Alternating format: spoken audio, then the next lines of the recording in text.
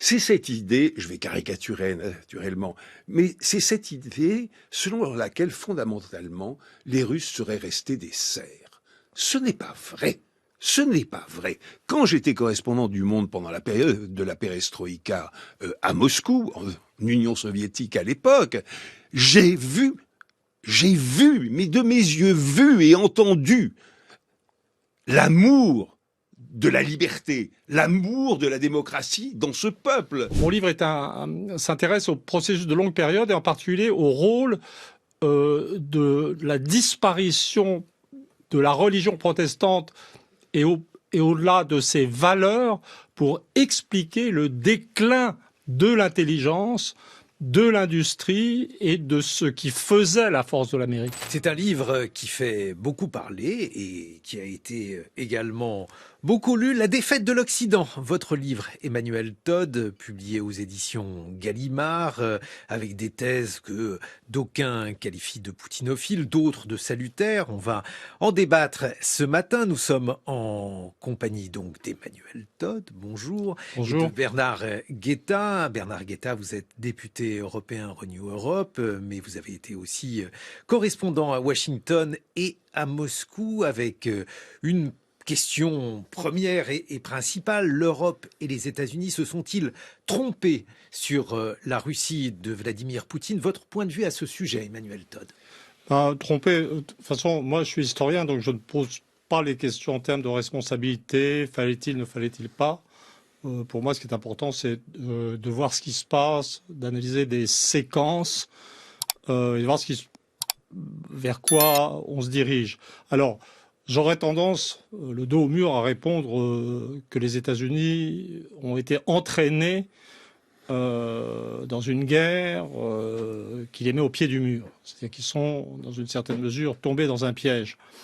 C'est-à-dire le paradoxe historique qu'on vit, finalement, depuis l'effondrement de l'Union soviétique, c'est qu'on ne s'était pas rendu compte que l'effondrement de l'Union soviétique était un phénomène endogène, qui était une crise du système, et ça a été interprété comme la victoire de l'Occident, des États-Unis, du capitalisme, et on ne s'est pas rendu compte que cet Occident, ce capitalisme, particulièrement les États-Unis, s'affaiblissait lui aussi en son cœur. C'est-à-dire que c'est une étude d'historique de longue durée que je propose. On voit que dès 1965, le niveau éducatif baisse aux États-Unis, suit la régression industrielle à partir des années Reagan. Et donc, on a vu ce système, je veux dire, s'affaiblissant en son cœur, s'étendre vers l'Est, atteindre les marges de la Russie dans un état de surestimation considérable de ses forces réelles. Et pour aller vite, parce que je ne veux pas monopoliser la parole, en fait, ce qui s'est passé en Ukraine, je pense qu'on reviendra sur les détails, mais c'est que les États-Unis, l'OTAN, s'est trouvé engagé dans un soutien à un régime ukrainien auquel ils avaient promis beaucoup, mais en s'apercevant qu'ils n'avaient juste pas les moyens matériels de le fournir suffisamment en armes. Et donc, en ce sens, les États-Unis sont tombés dans un piège, parce que quand on est une puissance qui dépend pour son approvisionnement à ce point du reste du monde, le déséquilibre commercial américain est considérable, ce piège, c'est pas juste une farce, ça pose une question existentielle. Bernard Guetta. Mais écoutez, je crois en effet que les Européens ont commis sur Poutine une erreur que les États-Unis n'ont pas commise. Les Européens, jusqu'à l'entrée même des troupes russes en Ukraine, n'ont jamais cru, moi le premier, n'ont jamais cru que Poutine serait assez stupide pour se lancer dans cette agression. Guerre d'agression qu'il a perdue. Son objectif était d'arriver en quelques jours à Kiev, de renverser Zelensky, évidemment de le faire assassiner, et éventuellement avec un bon paquet de ses ministres, et de transformer l'Ukraine en protectorat, si ce n'est de l'intégrer à la Fédération de Russie. Alors, premièrement, il a échoué là-dessus. Deuxièmement, il comptait diviser les Européens. Il a resserré leur rang comme jamais. Il comptait éloigner, accentuer l'éloignement des États-Unis d'Europe, et c'est exactement ce qui s'est produit. Il y a eu une forme de retour des Américains en Europe, à mes yeux extrêmement provisoire, parce que je crois que le phénomène de l'éloignement des États-Unis d'Europe est très très profond et irréversible. Donc oui, les Européens, je le répète, se sont trompés sur Poutine parce qu'ils n'ont pas cru, ils n'avaient pas cru, excusez-moi, qu'il pourrait être aussi stupide. Ce qui veut dire, Emmanuel Todd, que beaucoup ont été surpris par la résistance économique de la Russie et par la résistance militaire de l'Ukraine. Oui, c'est toujours pareil, hein. Quand une guerre commence, les gens ont des objectifs. Je suis évidemment pas du tout d'accord avec Bernard. Moi, je suis plutôt sur la ligne du Pentagone, en fait, qui considère que la guerre est perdue. Donc, je suis par les Occidentaux. Mais comment dire, une guerre, et surtout si cette guerre devient finalement, dans sa dimension économique d'échelle mondiale, c'est toujours des surprises et c'est toujours ce qu'on n'attend pas. Et au début de mon livre, je fais la liste des 10 principales surprises de la guerre. Et parmi les 10 principales, il y a les 2 principales que vous avez évoquées, qui est la résistance des Ukrainiens, que les Russes, effectivement, alors là, pour ça, je suis tout à fait d'accord avec Bernard, n'attendaient pas.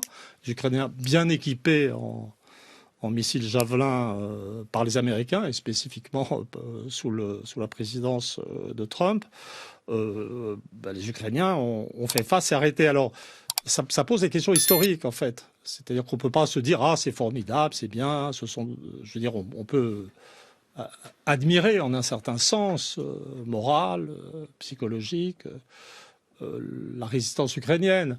Mais il faut comprendre aussi, parce que avant la guerre, tout le monde, les Occidentaux comme les Russes, considéraient que l'Ukraine était ce qu'on appelle un failed state, c'est-à-dire un État en faillite, en décomposition, avec une population qui diminue à toute vitesse, qui fuyait vers l'Est et l'Ouest, en fait. Et moi, l'interprétation que je donne, c'est que finalement, l'Ukraine a trouvé dans la résistance à la Russie une raison d'exister, en fait. Ça, c'est pour la première surprise. Peut-être je vais laisser la parole avant d'embrayer sur la deuxième surprise. Bernard Guetta. C'est là, précisément, là je rejoins Emmanuel Todd, c'est là la 3e ou 4e des stupidités de Vladimir Poutine. Parce que en envahissant l'Ukraine, eh bien évidemment qu'il a serré les rangs d'une nation, bien entendu. Et aujourd'hui, on voit bien que quand l'Ukraine ne perd pas, elle gagne, et quand la Russie ne gagne pas, elle perd. C'est la situation dans laquelle on est aujourd'hui, parce que à quoi est parvenu Vladimir Poutine? Il contrôle aujourd'hui 17,5% du territoire ukrainien. Il en contrôlait beaucoup plus jusqu'au printemps 2022, c'est-à-dire jusqu'au moment où les Ukrainiens l'ont pour la première fois repoussé. À l'été suivant, les Ukrainiens l'ont pour la 2e fois repoussé, et depuis, le front est figé. Depuis, les Ukrainiens n'arrivent plus à enfoncer les défenses russes, et les Russes n'arrivent plus à relancer, peut-être provisoirement, ça je n'en sais rien, on verra. Mais pour l'instant, les Russes n'arrivent plus à relancer une offensive. Emmanuel Todd. Oui, moi je vais laisser de côté les questions militaires, puisque, encore une fois, je le répète, je fais plutôt partie des gens qui pensent que les Russes ont de fait gagné la guerre, et que la contre-offensive... Ça veut dire quoi pour vous, Emmanuel Todd? C'est-à-dire que les Ukrainiens sont épuisés, on les a envoyés à la mort avec un armement insuffisant, et à un moment donné ou à un autre, la situation va se débloquer dans un sens favorable aux Russes. Il y a toujours des moments dans des guerres d'attrition où on a l'impression que le front est figé, et d'ailleurs les États-Unis, les Occidentaux luttent pour installer l'idée que le front ne va plus bouger, etc. Mais il est tout à fait hors de question pour les Russes d'arrêter, d'autant plus que, comme je le souligne dans mon livre, les Russes de l'Occident. Oui, les Russes sont dans une situation favorable de par leur supériorité industrielle et militaire, mais je souligne que les classes creuses démographiquement russes arrivent et que les classes mobilisables vont diminuer en taille en Russie dans 5 ans. Et que la situation... Donc en fait, ils ont 5 ans pour gagner la guerre et en aucun cas, ils n'ont intérêt à négocier maintenant, en fait. Bernard Guetta. Je crois qu'ils ont 5 mois pour gagner la guerre et pas 5 ans. 5 mois, pourquoi? Parce que dans 5 mois, peut-être 6, je n'en sais rien, les Ukrainiens disposeront pour la première fois d'une véritable couverture aérienne. Enfin, les avions militaires qui ont été promis par les Occidentaux arriveront. Et là, c'est un élément de modification de la donne. Je ne dis pas que ce soit la modification absolue, mais c'est un élément très important de modification. Deuxièmement, si Poutine n'a pas réalisé une percée vraiment significative dans les 5 mois qui viennent, eh bien, il sera obligé de lancer un nouvel ordre de mobilisation. Dans son propre pays, naturellement. Et s'il lance un nouvel ordre de mobilisation, eh bien là, le mécontentement qui est en train de croître à tout petit pas, à basse intensité, mais de croître jour après jour, eh bien là, le mécontentement risque d'exploser. Emmanuel Todd. Là, je crois que c'est une très belle ouverture pour parler de la deuxième surprise. Qui pour moi est en fait presque plus importante que la première. La première surprise, c'était la résistance ukrainienne, ou d'une partie de l'Ukraine. Il faudrait revenir aussi là-dessus. C'est la résistance de l'économie russe. C'est-à-dire tout le monde s'attendait sur la foi de calcul de produit intérieur brut, le produit intérieur brut de la mesure conventionnelle, de la Russie plus de la Biélorussie, c'est 3,3% du produit intérieur brut occidental, c'est-à-dire en intégrant Europe, États-Unis, Japon et Corée. Et c'est ce produit intérieur brut si faible qui s'est révélé capable de produire en fait au stade actuel plus d'armes, etc. Mais c'est surtout qu'on attendait. Il faut se souvenir de Bruno Le Maire annonçant que la coupure de SWIFT, le réseau interbancaire, etc., allait mettre à genoux l'économie russe, alors que nos dirigeants auraient dû savoir que c'était pas possible. Il y avait un excellent bouquin de David Tortry qui était paru un peu avant la guerre, Russie, le retour de la puissance, qui expliquait que les Russes s'étaient préparés à ça. Mais en fait, ça s'est passé encore mieux que prévu pour les Russes. C'était ça la surprise. Et l'économie russe a eu des difficultés d'adaptation. C'est une guerre économique. Mais ils ont réussi leur adaptation. Ils sont, ils se sont installés dans une économie qui n'est pas complètement une économie de guerre. Parce que l'une des raisons de la lenteur de l'armée russe, c'est que l'un des soucis du régime russe, on peut dire de Poutine pour faire court, c'est de préserver les acquis du retour à la normale de la société russe dans les 20 dernières années. Donc il va tout doucement. Bernard Guetta, dans une vingtaine de minutes, vous répondrez pas maintenant. Emmanuel Dommage. Todd sur la question donc de la résilience de l'économie russe, voire sa force. Toutes thèses qui sont donc développées dans votre livre, Emmanuel Todd, La défaite de l'Occident, publié aux éditions Gallimard. 6h30, 9h, les matins de France Culture. Guillaume Erner. Avec un dialogue entamé entre l'essayiste et anthropologue Emmanuel Todd, vous publiez La défaite de l'Occident, et le député européen Renew Europe Bernard Guetta, ancien chroniqueur géopolitique à France Inter, correspondant à Washington et à Moscou. Emmanuel Todd, vous nous expliquiez il y a quelques instants qu'il y avait eu pour vous 2 surprises dans cette guerre en Ukraine. Tout d'abord le fait que l'Ukraine ait résisté, et puis ensuite le fait que l'économie russe ait résisté. Votre réponse, Bernard Guetta, par rapport à la seconde analyse sur l'économie russe d'Emmanuel Todd, le fait notamment que les sanctions semblent aujourd'hui vaines.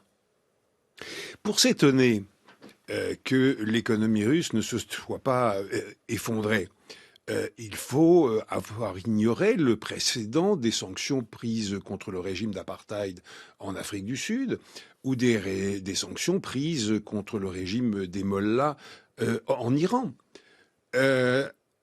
Aucun de ces deux trains de sanctions n'avait fait s'effondrer ces régimes. En revanche, elles avaient créé des difficultés considérables et organisé une pression économique et politique gigantesque sur ces régimes. C'est exactement la même chose qui se passe aujourd'hui en Russie. J'entends dire, vous venez de le dire vous-même à l'instant, en reprenant ce qu'énormément d'hommes politiques et d'analystes disent, les sanctions se sont avérées inefficaces. Mais qu'est-ce que ça veut dire, inefficaces? Je constate qu'aujourd'hui, dans l'industrie russe, l'industrie civile, l'industrie automobile, etc., tout simplement, on manque de pièces de rechange, on manque de matières premières. Alors, je ne dis pas qu'il n'y en ait pas du tout. Évidemment qu'on peut toujours contourner les sanctions. Il suffit d'aller, par exemple, à Dubaï pour voir à quel point les Iraniens contournent les sanctions. Mais néanmoins, les difficultés sont là. On dit, deuxièmement, mais regardez, l'économie russe a 3,5% de croissance. Oui, effectivement, l'économie russe a 3,5% de croissance. Mais premièrement, à partir de quoi? Et deuxièmement, pourquoi est-ce qu'il y a cette croissance? C'est très simple. On a vidé, vous me comprenez, pas à 100%, mais considérablement amoindri les budgets de la santé, les budgets de l'éducation, les budgets des infrastructures, des routes, etc., pour bourrer l'industrie militaire de budget. Eh bien, évidemment, à ce moment-là, en faisant ça, on booste une croissance. Mais premièrement, cette croissance est extraordinairement artificielle. Et deuxièmement, l'économie russe continue de s'affaiblir, mais à vitesse grand V. Emmanuel Todd. Oui, alors l'un des éléments, je suis bien entendu en désaccord, il va de soi, mais l'un des éléments quand même qui explique la résistance de l'économie russe, c'est que le reste du monde, comme on dit maintenant, au fond, très discrètement et de moins en moins discrètement, et pas simplement la Chine, l'Inde, mais aussi les pays musulmans, ont finalement au fond pris le parti de la Russie et soutiennent l'économie russe. C'est pour ça que l'économie russe a tenu par sa restructuration interne, un mélange d'actions de l'État fortes et de marché. Les Russes sont maintenant très attachés à l'économie de marché, mais aussi finalement de choix du reste du monde, de commercer, de soutenir la Russie. Je crois que dans ce que dit Bernard Guetta, il y a quelque chose de quand même qui finit par me perturber. C'est que j'ai entendu plusieurs fois le mot stupide appliqué à Poutine, aux Russes, à tout le monde. Et bon, il est clair. Je ne l'ai pas appliqué aux Russes, pour ma part. Oui, mais bon. Mais à Poutine, certainement. Voilà, bon, alors dans ce cas-là, on peut préciser, c'est réduire le problème géopolitique à un homme qui serait stupide. Alors, je n'ai pas encore, j'espère que ça ne va pas me faire encore accuser de poutinophilie, le fait que je lis les textes des dirigeants russes, pas simplement Poutine, Lavrov, etc., et que l'honnêteté m'oblige à dire, je l'avais dit bien avant la guerre d'ailleurs, que ce sont des textes fort intelligents. Donc on a affaire à des gens intelligents. C'est-à-dire je veux dire, il y a une vision du monde, il y a une vision de l'histoire, une vision politique, et intellectuellement, les diplomates russes sont très au-dessus du niveau des géopoliticiens américains. Alors, je ne dis pas ça. Pourquoi les Américains sont stupides selon vous? Mais non, mais j'ai une analyse dans mon bouquin. J'ai une analyse de ce qu'on appelle le blob, c'est-à-dire le groupe des géopoliticiens américains à Washington, et j'explique les visions simplistes, etc., et surtout comment ce groupe a perdu sa culture directrice centrale. C'est-à-dire le cœur du livre, le cœur de mon livre, n'est pas tant la Russie et l'Ukraine. Avec Bernard Guetta, on doit en parler, c'est plutôt ces sujets. Je pense que les gens seront très surpris. Je pense que les lecteurs des journaux directeurs en France, comme Le Monde, seront très surpris de mes chapitres sur la Russie et l'Ukraine et se demanderont ce qu'on leur fait lire dans leurs journaux. Donc ça, c'est utile. Mais le cœur de mon livre n'est pas là. C'est une analyse de la décomposition interne, intellectuelle et morale du système américain. Et économique aussi. Et économique, mais le livre, mon livre s'intéresse au processus de longue période et en particulier au rôle de la disparition de la religion protestante et au-delà de ses valeurs pour expliquer le déclin de l'intelligence, de l'industrie et de ce qui faisait la force de l'Amérique. Bernard Guetta, sur le déclin de l'Empire américain, vision donc Emmanuel Todd. Écoutez, ça me laisse perplexe, parce que l'obsession justifiée aujourd'hui au Parlement européen, à la Commission, au Conseil, c'est-à-dire dans les 27 capitales, c'est le plan de relance économique de Joe Biden, qui est effectivement très très menaçant pour le reste du monde, parce que c'est un plan formidablement bien financé et formidablement intelligent. C'est exactement ce que nous tentons de faire aujourd'hui dans les 27 pays de l'Union européenne et que nous n'arrivons pas suffisamment à faire, loin de là. Joe Biden a véritablement donné un coup enfin, impulser une relance de l'économie américaine qui est tout à fait spectaculaire. Et c'est pour ça que les électeurs républicains sont extraordinairement injustes vis-à-vis de lui. Alors, juste une phrase. J'ai 1000 critiques, et probablement beaucoup plus encore qu'Emmanuel Todd, à faire à l'empire américain, à la puissance américaine. Mais l'enterrer comme il le fait, ça me semble incroyablement rapide. Oui, parce que Emmanuel Todd, dans votre livre, autrement dit dans La défaite de l'Occident aux éditions Gallimard, vous évoquez finalement à la fois une économie russe plus puissante qu'on ne le dit, et solide et stable, une économie américaine qui, selon vous, repose en partie sur du vent. Sur du vent ou sur la production de dollars qui ne coûte pas cher. C'est pas cher de produire du dollar pour la planète. Je crois que le problème les efforts de Biden, qui suivent ceux de Trump, qui suivent ceux d'Obama, de reconstruction finalement protectionniste des États-Unis, ce que l'Europe ne peut pas faire, je dirais, presque par définition, sont logiquement de l'extérieur tout à fait raisonnables. Mais le problème des États-Unis actuellement, c'est qu'ils n'ont plus, je dirais, les capacités humaines de profiter de ces mesures. C'est-à-dire que l'une des choses sur lesquelles j'insiste dans le livre, c'est le déficit des États-Unis dans la production de scientifiques et d'ingénieurs. Ils doivent en importer. Mais avec une population qui est plus du double de la population russe, par eux-mêmes, les États-Unis produisent moins d'ingénieurs que les Russes. C'est pour ça que les Russes tiennent, en fait, parce que la guerre, c'est pas distribuer des dollars, hein, c'est pas avec des dollars ou des injonctions de payer qu'on fait la guerre. C'est avec des ingénieurs. Ce qui explique la flexibilité d'une économie, c'est la présence d'ingénieurs, ce qui résulte et d'ouvriers et de techniciens qualifiés. Et je crois que ce qui paralyse fondamentalement, j'ai un chapitre, les gens me disent que mon chapitre de dégonflement de l'économie américaine est le plus drôle de mon livre. Je suis vraiment très content d'avoir fait un chapitre d'économie amusante, etc. Mais je crois que ce qui désarme les États-Unis, c'est fondamentalement la production du dollar. C'est-à-dire que même si vous faites des études aux États-Unis, les études doivent vous mener à gagner votre vie correctement ou au mieux.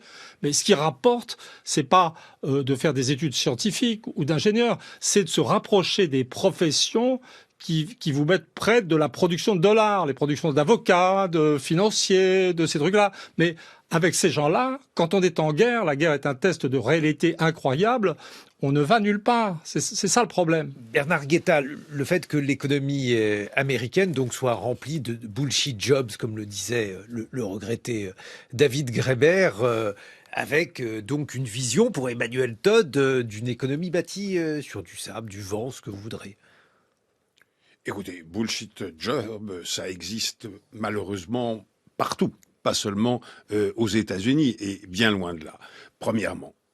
Deuxièmement, j'aimerais que nous, en Europe, nous ayons les mêmes faiblesses économiques que les États-Unis. Vous comprenez mon ironie. J'aimerais que nous ayons la faiblesse de la Silicon Valley, j'aimerais que nous ayons la faiblesse du système financier américain, parce que ça pèse considérablement dans la balance. J'aimerais que nous ayons la faiblesse des innovations industrielles, notamment dans le domaine de l'intelligence artificielle. Non, écoutez, soyons un petit peu sérieux. encore une fois, enterrer à cette vitesse l'économie américaine et surtout dire que par rapport à l'économie américaine, l'économie russe serait une économie, comment dites-vous, Emmanuel Todd, stable et équilibrée. Alors oui, et ça me laisse sans voix, parce qu'elle n'est certainement pas stable, et deuxièmement, elle est totalement déséquilibrée, puisqu'elle repose fondamentalement sur l'exportation du sous-sol russe, des matières premières. Il n'y a rien d'autre. Depuis les sanctions, les Russes se sont mis enfin à avoir un semblant d'industrie agricole, d'industrie agroalimentaire. Mais depuis les sanctions, c'est tout. L'économie russe, c'est le gaz et le pétrole. Alors ça, c'est Emmanuel Todd. Oui, alors là, on est dans le cœur du problème, je dirais, politique-pratique, qui n'est pas vraiment l'objet de mon livre. Moi, mon livre, c'est un bouquin d'analyse qui, en théorie, ou en tout cas dans mon espoir, devrait servir à tout le monde. C'est-à-dire, évidemment, peut-être montrer à des gens qui ne sont pas hostiles à la Russie, qui ne sont pas tout seuls intellectuellement, et qu'il y a des gens qui sont encore capables de penser que la Russie, c'est pas juste Poutine le monstre, mais Poutine un type intelligent, mais surtout Poutine qui exprime une culture russe qui a ses traits autoritaires, que j'explique en tant qu'anthropologue, mais que c'est, je veux dire, ce qui est, comment dire, j'ai écrit aussi pour les russophobes, d'une certaine façon. Je veux dire, mon rêve serait d'avoir plein de lectures russophobes qui seraient mieux informées de ce qu'est leur adversaire. Aujourd'hui, je vous propose une synthèse lucide de l'entretien entre Emmanuel Todd et Bernard Guetta sur la défaite de l'Occident.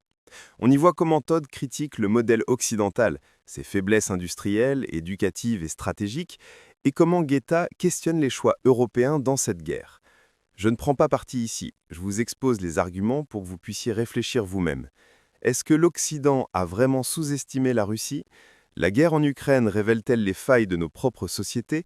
Dites-moi ce que vous en pensez dans les commentaires. Et surtout, abonnez-vous pour ne plus manquer les prochains décryptages d'actualité. Suivez la suite pour te comprendre. Que j'étais sur la position, en fait, d'un démocrate de gauche, Non, mais etc. sur les deux points que je viens de résumer, l'économie bidon, vous venez de le dire, sur le fait que cette guerre en Ukraine était importante pour les Américains, pour l'Amérique plus exactement, que l'Amérique avait intérêt à la mener. Non, elle n'a pas du tout intérêt à la mener. Elle pense avoir intérêt. L'intérêt géopolitique de l'Amérique, quand on lit ce qui reste de rationalité chez les géopoliticiens américains, c'était d'empêcher le rapprochement entre une Allemagne dominant l'Europe et la Russie. Ça, c'est la terreur des stratèges américains. Et on pourrait dire qu'au stade actuel, on a l'impression qu'ils ont réussi. Moi, ce que je dis dans mon livre, c'est que je pense que l'OTAN va perdre cette guerre, que l'un des effets de cet échec militaire sera la dissolution de l'OTAN, et que, inévitablement, dans leur intérêt, et je dirais dans l'intérêt de la paix, l'Allemagne et la Russie finiront par se retrouver, en fait. Bernard Guetta. Il est très possible que l'OTAN soit dissoute, mais pas du tout par l'effet d'une victoire russe en Ukraine. L'OTAN pourrait être dissoute par Donald Trump s'il est réélu en novembre prochain. Et son ambition déclarée est non pas de dissoudre formellement, mais d'affaiblir tellement l'Alliance Atlantique que plusieurs pays se retournent vers les États-Unis dans une tentative d'accords bilatéraux avec Washington. Protégez-nous, protégez-moi l'Estonie, je ne sais pas, enfin tel ou tel pays. Et l'ambition de Donald Trump serait par là de casser l'Union européenne et en vérité de s'entendre avec Vladimir Poutine sur le dos non seulement des Ukrainiens, mais des Européens. Donc effectivement, l'Alliance Atlantique est aujourd'hui considérablement menacée, mais par cette partie trumpiste des États-Unis et certainement pas par Vladimir. Mais si vous me permettez, Guillaume, j'aimerais ajouter un mot. Moi, je ne suis pas du tout russophobe. Non seulement je ne suis pas du tout russophobe, mais comme vous le savez, Emmanuel Todd, je suis plutôt russophile. Je confirme, je confirme. Mais comme le dit mon ami Adam Michnik, l'intellectuel polonais, je suis un russophile poutinophobe, comme le sont d'ailleurs beaucoup et de plus en plus de Russes. Et vous, Emmanuel Todd?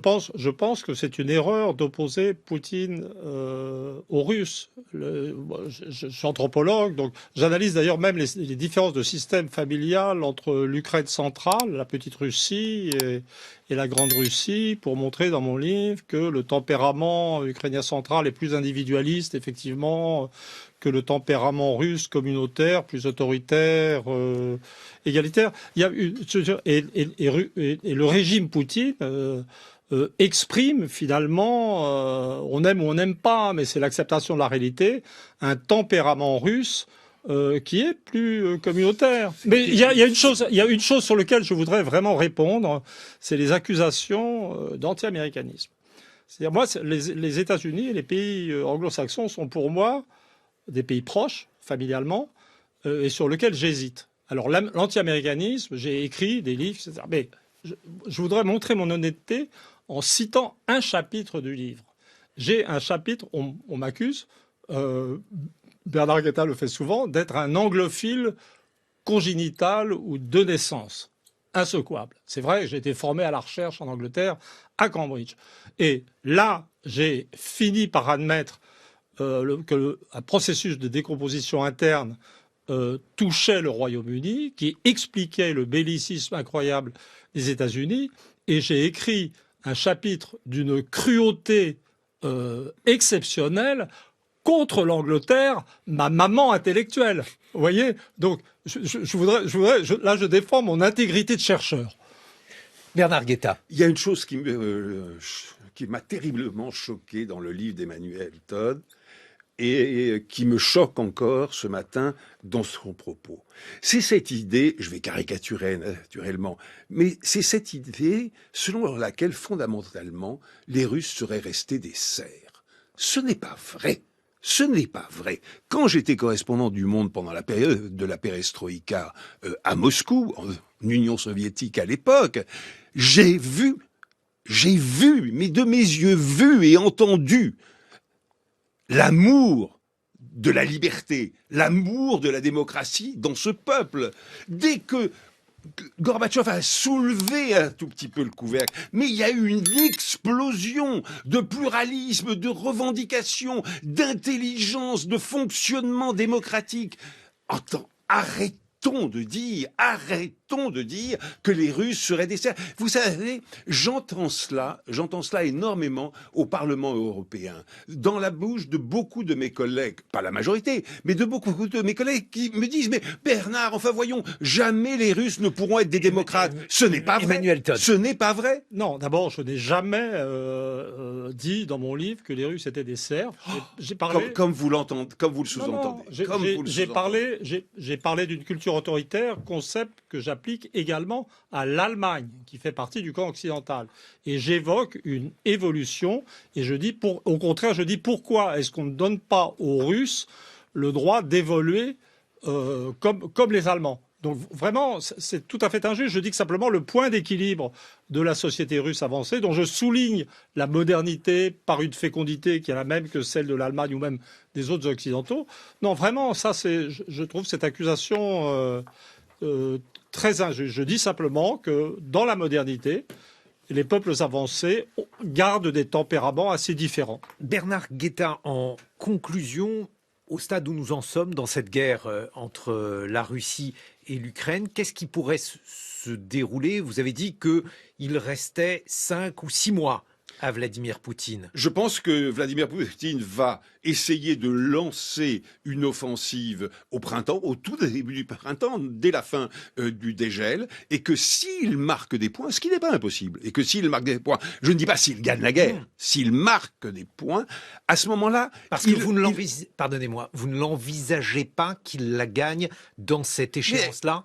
Mais non, absolument pas. Son objectif de guerre, il l'a répété, il y a peu de temps. C'est ce qu'il appelle la dénazification de l'Ukraine. Qu'est-ce que ça veut dire dans sa bouche, la dénazification de l'Ukraine? C'est la chute du gouvernement et l'entrée des troupes russes à Kiev. Donc ça, non, il n'y arrivera pas. Mais après le succès d'une percée, il pourrait proposer un cessez-le-feu pour figer le front et annexer les territoires qu'il contrôle. Un mot de conclusion. Emmanuel Todd, comment voyez-vous? Alors moi, je pense que si je devais, là, on est presque dans un jeu télévisé où on doit dire quelque chose. Mon sentiment, c'est que les Russes veulent récupérer l'ancienne partie russophone qui a été privée du droit d'expression après le coup d'État de Maïdan. Je donne des cartes dans le bouquin qui montrent à quel point l'Ukraine russophone a été éliminée du jeu politique. Ça n'est pas une démocratie, l'Ukraine. Ils veulent récupérer ça. Et je pense effectivement, et là je serais assez d'accord avec Bernard Guetta, de dire qu'ils veulent mettre à Kiev, dans ce qui restera d'Ukraine, un régime, pas satellite, mais neutralisé. Ils peuvent y d'une certaine parvenir. manière. Mais ce dont je suis Et sûr... vous approuvez ça, Mais ça cet objectif de guerre? Mais ce n'est pas... Moi, je suis historien. Je ne suis pas député européen. Non. Je ne suis pas député vous écrivez européen. un livre très polémique. Vous écrivez un livre très polémique avec une thèse. Mais non. Assumez vos thèses. Non, là, comment dire, mon objectif dans ce livre, s'il y a un objectif politique, c'est de rétablir le pluralisme en France, que quelqu'un ou quelques-uns aient la capacité de dire autre chose qu'un discours écrasant et absurde sur la Russie, sur la Mais situation. ce discours n'écrase Ce matin- qu'Emmanuel Todd. Emmanuel Todd, on peut vous lire donc dans La défaite de l'Occident, publié aux éditions Gallimard. Merci Bernard Guetta. Je rappelle que vous êtes député européen Renew Europe.